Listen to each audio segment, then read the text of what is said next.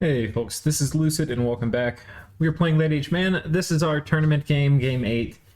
And last turn we had finally put the axe to the tree, as needed be done for some time. We made the decision to split our troops and go and lock his other fort down so he can't keep making whatever it is he's going to make there. We found a magic site. Enchanted Windmill. That's one air gem. We're site searching Utgards lands, by the way. There's nothing here. We attack here. We've got Cav and I think this is all mercenaries. It's a little risky business going out and raiding because you never know how much PD he put in. Especially when you've got their cap on lockdown. On one hand, their gold's cut off, but their ability to spin gold is also cut off. So PD dumps when you've got their cap locked down are actually reasonably common. So that was why I wanted to use these guys. And then you can see we used a pretty big force for two reasons. One, because I don't want to risk, bouncing on a PD dump. But secondly, I want to have enough stuff to siege this down reasonably quickly. We've switched over to making Magisters here because I need the siege strength. These guys are each 15 siege strength, 16. And yeah, they're going to be coming up. You can see we've got more being popped out. And yeah, once we get on top of this fort, there's not going to be a ton that Utgard can do. So we're going to go ahead and make the move. We're catching scouts from Ulm here. I haven't started forting this up, and we're getting to the point in the game where I need to fort this up. Because we've got this throne and this throne locked down, that are available. And, there's a lot of thrones that are available, because the wars are still kind of, they're, people are kind of wrapping down their first wars. Like, Gath is getting sieged. Or no, he's taken Gath, but... this war still is kind of slowly dying down as he's sieging the last of this stuff. Excuse me. So, anyway. I do need to be careful a little bit about... I think Midgard especially is going to get this throne, and I think he has this one. Maybe he almost has 3. I don't know if he has 3 yet, but he's getting there. This throne, I'm not sure who's... I think these are indie, actually. Yeah, these are still indie. But I think this one and this one Midgard has. So I don't know. It's only 2. Nobody can throne rush yet, but we're getting to the point where I need, especially because this throne is still available, I need to lock this one down. I'd love to take this one with my monolith when it comes out. So we'll see if we can do that. Anyway, that's basically this turn. We're not... I'll talk research priorities real quick. We're doing construction 6. This is going to give us lanterns. We don't have any fire gems, though, unfortunately, because we had no fucking luck in searching fire. We have 1 fire gem, which... That's pretty bad luck for late age for searching this much. But it's not... We haven't...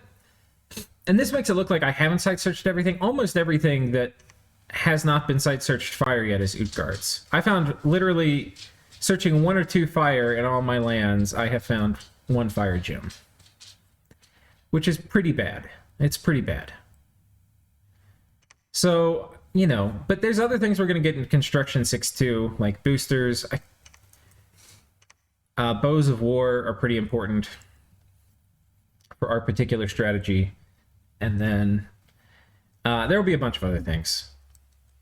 Anyway, we're going to go hop on top of these dudes. Did I talk about other research priorities? Alt 5, we can do Mother Oak when our god pops up.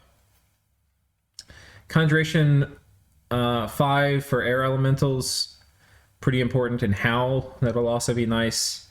And then Evocation so that we could do Storm and Thunderstrike and potentially Wrathful Skies if we want to. That'd be pretty situational, us deciding to do that. But I could imagine some situations where we drop Thunder Ward, and which I don't have yet. I'd have to get... Anyway, we're going to be kind of catching up in research. All right.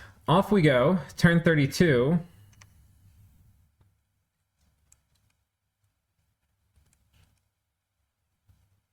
Oh, which I don't have. There's going to be a couple turns I'm just looking through that I'm missing. I may choose to go get them. I probably won't, unless they're really important. Because I'm just going to tell you that the phase of the game we're entering, I'm going to be catching up on some stuff, and the game is going to stagnate a little bit. You know, it's been burn, burn, burn for us since the beginning, but... Hey, look, guys, we got a lab event for the first time in a place where we have absolutely no need of it. But yeah, we got some death gems. That's nice. So this fort, we basically just jumped on top of this fort. There was no PD. That's what happened last turn. We did get construction 6, and we have been busy forging stuff. We're making a skull of fire here to boost our fire up. And I don't think we've actually made hardly any lanterns because we have no gems for it. So it's a little depressing. I don't know if we've turned on Bow of War production yet either. I think for right now we're just researching. The Bow of War production we can do later, but my air income is also trash. It's only 4. I kind of just have trash income, even though I've done the site searching that I can for man. The things I haven't done that I really would have liked to have done, here you can see we're site searching fire too. The things that I would like to have done that I haven't done are site search nature, and I don't know if I wanted to build in my cap circle. I probably should have built one of my first forts here. Like maybe this fort I should have built here instead so that I could have gotten nature matrix. This is my only nature indie in I think all of my lands. I have one. Literally one. And the problem with that is now it's between these forts. There's 0 resources. Even if I lab and template, I'm not going to be able to get... And I think I figured this out, because this is me coming back and recording at this point. Everything up till here has been live, but at this point I've come back and recorded. Yeah, I don't think I remember this. So I ended up building a lab and temple and then start to record. I'm like, shit, I need a palisade too. But I wouldn't have built it here because I didn't want to fort inside my cap ring unless this was literally my only nature mage in all of me or Utgard. I mean, you talk about bad indies. I have literally, and it's been a string for a few games now. This is like one of the games. Sometimes it will be different for you if you've been watching my channel a lot because things go up in a different order than they happen. But in real life, all my games I'm getting bad indies. Anyway. Yeah, we have no indies. Shaman or Gart. No. Forget about it. Forget about it. I feel like it's been so long since I've even gotten shamans in a game. But we've got these forts locked down. In terms of fort progress, which one of the things that matters, walls are severely damaged and walls are moderately damaged. And you can see I've got all the mercs because I got to knock down these fort walls quickly. One of the things, too, is like Midgard could be very opportunistic and come over and fuck with me. I've scripted pretty well to deal with him, but he probably would still like massacre these dudes. And I need, just in concept, I need to get this war wrapped up super fast. That's why we're doing this. Like if I wait an extra 2 turns to knock these forts down, that could be the difference between excuse me, Midgard deciding to be very opportunistic and not. So anyway, that's a thing. We probably have 1 or 2 more turns on this fort, and probably at least 2 on this fort. But we've got a bunch of dudes coming in. I've got more guys walking up. So we'll go ahead and go to the next turn, turn 34. And there's going to be some things I'm skipping over right now. Just because a lot of the non-battle stuff, it's kind of hard to remember all the stuff you're doing. I was putting a fair amount of thought into these turns. So Utgard has been busy. They've been inside reanimating. And they've got a bunch of devils because they've got... I don't know if they have them here. I doubt he wants to risk the Seth Kona with... Oh, no, he does. Yeah, here's a second guy with the soul contract. 1 and 2. completely balanced. Can you imagine getting 2 soul contracts by turn 20 or something?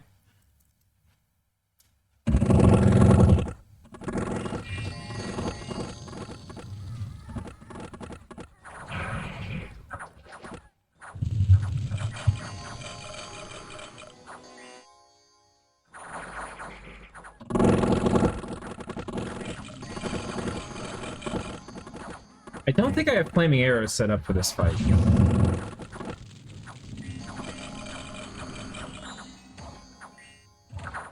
Strength of Giants going off. Now, what is significant about this, and I probably should have mentioned this at the very beginning, is he has a reasonably well-balanced Scrotty Communion. Wait, that's a master. Where are the slaves?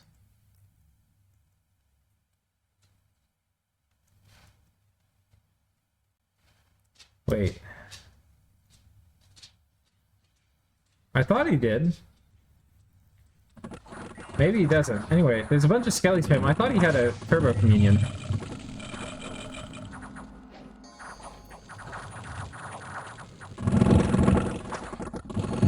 Flaming arrows would have been really nice here. I can't remember why I don't have it scripted, but I don't.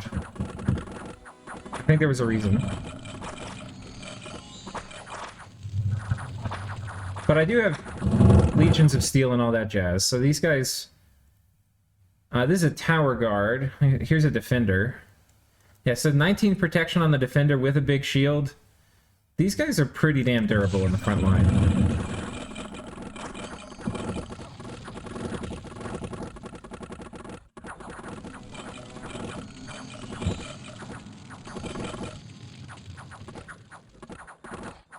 And you can see the wave of Skelly spam is pretty intense.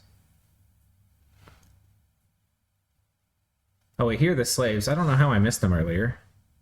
But yeah, here are both the slaves, and so they're in Turbo Communion mode.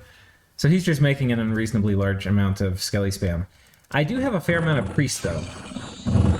And they're about to start doing their thing.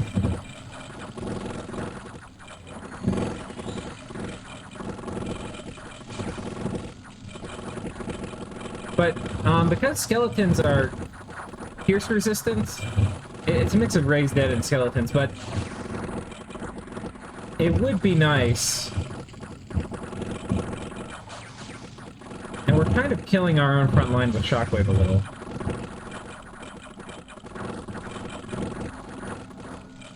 And you can see the wave is kind of merciless. But we're about to trigger an HP route, because they brought a lot of troops, and they're about at that threshold.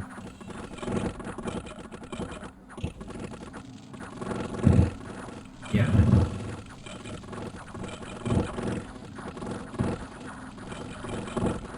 But this is different RNG than I had.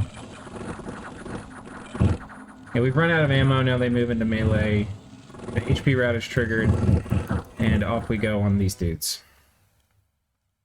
So that was the last hurrah of Utgard. They rode out, bravely fought to the last, from the first and the last. We lost 120-something dudes. Yeah, so they have been quite successful in their mission to fuck me. But not as successful as they had wished. But Utgards, this hasn't shown you anything, guys. I hope this has shown you that Utgard's a strong nation. I mean, Jesus Christ. Jesus Christ. Even, yeah. God, it's a strong nation. Ooh. Okay, but that's it. There's nothing... The nice thing is there's nothing inside. Killing a Turbo Communion inside would actually be the worst. So, in some ways, it's good that he did this. In some ways, this is good. We just... Gotta get out our wallet and pay, boys. Gotta get out our wallet and pay.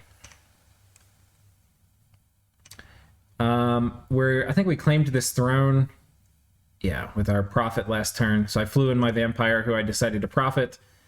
And we're going to be forting it, but we haven't forted it yet. He's going to, meanwhile, come in here. I want to have an extra guy with banishment to help get through any Turbo Communion. We didn't pop the fort this turn. We got critically damaged, which means we'll almost certainly have it next turn. So I want to have this dude present. And I'd probably send him a message.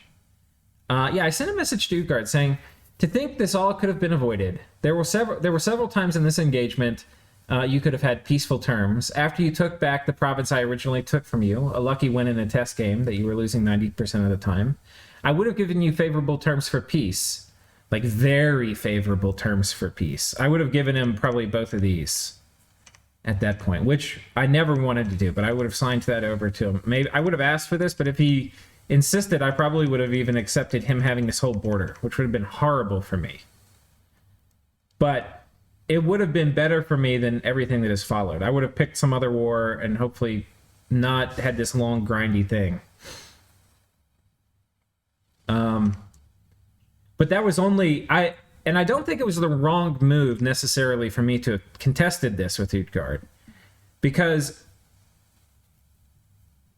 he had things, like he had things go really well for him with with him beating that PD dump that most likely he was not going to beat. And anyway, if that whole thing went differently, like if that played out differently that turn and I won that battle, then I would have just stomped him. Because I wouldn't have had to invest in all these remaining PD dumps. I would have been able to get my forts up sooner. He would have been completely crippled and on the clock, so he would have still had to do desperate stuff. It would have been a way different thing. It would have still been a little painful and grindy, but if I had won this fight, he would have been messed up, like super messed up. If I had won that. So, but because I lost it, it ended up being, I don't know if you remember, he had took this and then he came down here and we caught him and we killed him, but then he kept attacking and we kept having to do PD dumps to kill him with... Anyway, it was a disaster. But I would have avoided all that because I kind of knew that was how it was going to be. And so I had tried to Diplo out with him a few times. And I was like, dude, like, let's stop. And he's like, no, I thanks for offering, but in my estimation of the game, if you don't snowball at the beginning, then you lose. Like, okay, well, you've already not snowballed. But later, after your army completely died diving my cap circle, I again would have signed peace with you. That's now after he not only... So I would have signed peace with him when he had this victory and a huge army that I was now going to have to defend against. But he might not want to sign peace there because he might think, okay, I'm about to win. Well, once he actually failed, once he died in my cap circle, I also was asking him for peace. And so anyway, I would have also signed peace with you, but this time it would have been on terms that were more favorable to me. Like... I would have probably... Like, either this border would be fair or it would be slightly advantageous for me. And so anyway, I say after that, sure, it would have been a rough start, but Utgard is a strong nation. You could have made a good play of it. Stopping expansion and running at somebody's cap on turn 6 only works for noobs or if you have a true Hellbless. You say you've never won a game that you didn't snowball at the beginning. Playing like this, I understand why. And this sounds mean, but, like... You can't most of the time run if you play like this, you're not gonna win unless you snowball at the beginning. It's like a self-fulfilling prophecy. Like if you go completely berserk and start just running at somebody to snowball and are completely unrelentless, like of course you're gonna snowball or die. That is it's a condition of how you play the game. I have never won a game where I stayed long in an unprofitable war. In that sense, this conflict may have doomed us both. Since you are of course committed to unprofitable wars as a matter of policy, it's very tricky to finish off Utgard, so making so many garms. Even after he makes so many mistakes. I will say, given the general bad strategic decisions you made in choosing to run at my capital turn 6, tactically, you did manage to make this painful for both of us. So in that sense, well played. I also quite liked your build and learned some things from it. Good game, dude. And then I think I had typos at the end. So, okay, there's a few things. But one is I'm reading this message as me from a lot later. I typed this message when I was still salty as fuck. All right? And because in some ways, the fact that I could never Diplo out even after he dumpstered his first army, I did not want to have to go grunt. Once I figured out what his build was, which at the beginning, I saw, okay, it's only region Gamherdings. I can deal with that. And I was right. I can deal with it. What I did not realize was that it was not just region Gams. It was probably like Dom Strength 10 region Gams. And what that means is that there was just an unreasonable number of them. So, until I could get a critical mass of crossbows and some research, I wasn't really going to be able to kill them so efficiently that this war would ever be profitable. So, while at the beginning, I was not worried about... If I saw, like, if the first bump I had with Utgard here, where we accidentally bumped each other, if I saw that he had, like, region Fortitude or something, I would have never contested it, because that's one of the things you have to be scared of them just running at your capital. Like, I would have given that proper respect. So, on one hand, it did not deserve the kind of early game respect that, like, Regen, Fortitude, Gamherdings deserve. On the other hand, it deserves a lot of respect, still. Probably more than I allotted it, because I didn't account for the high Dom strength and the fact, I thought like maybe he was making 6 or 7. He was making 9 or 10. So just an unreasonable amount of Gamherdings.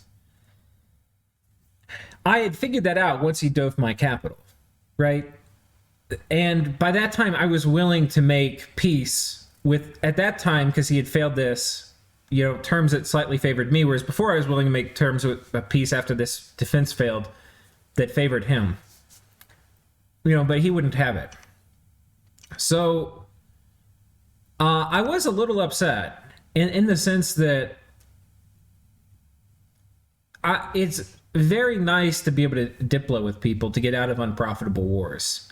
And it's one of the reasons you don't want to be too rude to people. And I hope I wasn't, like, in my actual communications with this guy. And I know this is like one of them, but this wasn't even like super rude. Anyway, we could get into what's rude, what's not, but one of the reasons you don't want to piss people off is so that they don't go berserk and not Diplo with you. Because everybody in every game can decide, well, I don't even care anymore. I'm just, like, this war isn't good for both of us, but I'm just going to attack you to the end of the game. Everybody can literally do that. Every game. And it's happened multiple times. This is probably one of the most intense times it's happened, where it didn't happen for a personal grievance. There's nothing personal where he's like, I'm just going to do this to you because I want to. No, this is a matter of policy. Like, this is how he sees the game. So I feel a little sad that I accidentally poked this bear. Is kind of what it is. I didn't know I was poking. Like, when I contested this province, I knew he wasn't going to like it or love it. But I didn't know that was going to trigger stopping all production. Stopping all expansion. So he only was like this big. Everything you see now is how much he expanded. And by that time, some of this he got afterwards. I think some of this he expanded to, like, he didn't have his full cap circle. And he was like, yoink, I'm sending everything from my cap down to man. I did not expect that. And I didn't expect that once he started that, he would never stop. It was a very, very bad decision, because I realized he was doing it, and it made him extremely predictable. But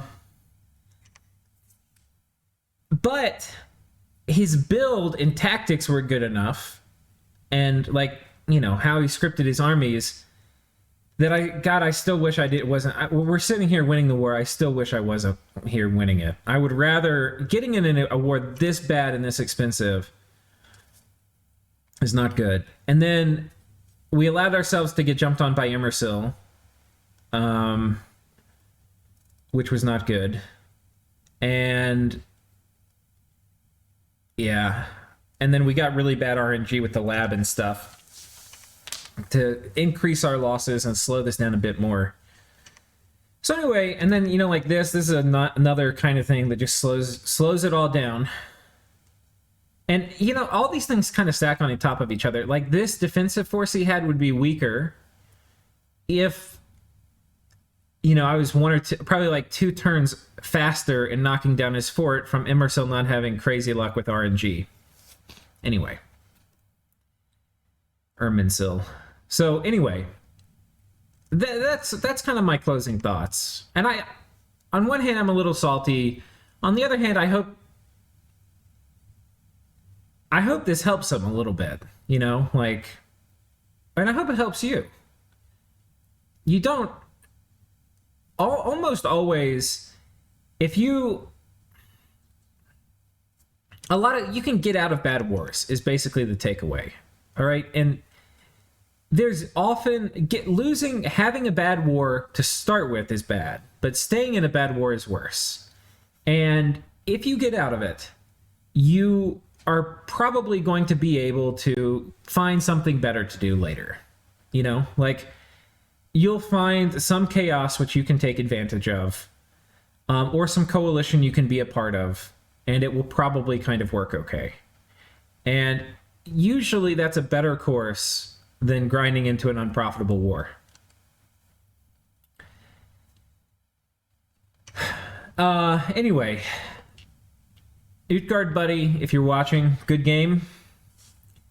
It was salt-inducing, and if you've made it with me to this point, you've made it through the worst parts of my cursing, and we'll see this one out. But anyway, good ride out here at the end. Good, and for people who are interested in playing Utgard, this is a pretty good showing of how you do turbo communions and stuff. This is a pretty standard and actually kind of budget, like Utgard army. You know, it's only 8 Seth Kona. It's only 10 mages, right? And I've got way more mages. I've got way more truth value, and he still just puts an absolute hurting on me. I think most of these guys were set to fire, and I probably should have had them on spells, because ideally I wanted to keep the banishment spam farther away from me, but anyway, I didn't. So, next turn we will have popped Utgard, and I think next turn we might have popped Mark also. With that, I think we're going to call it for this episode. So I will see you guys next time.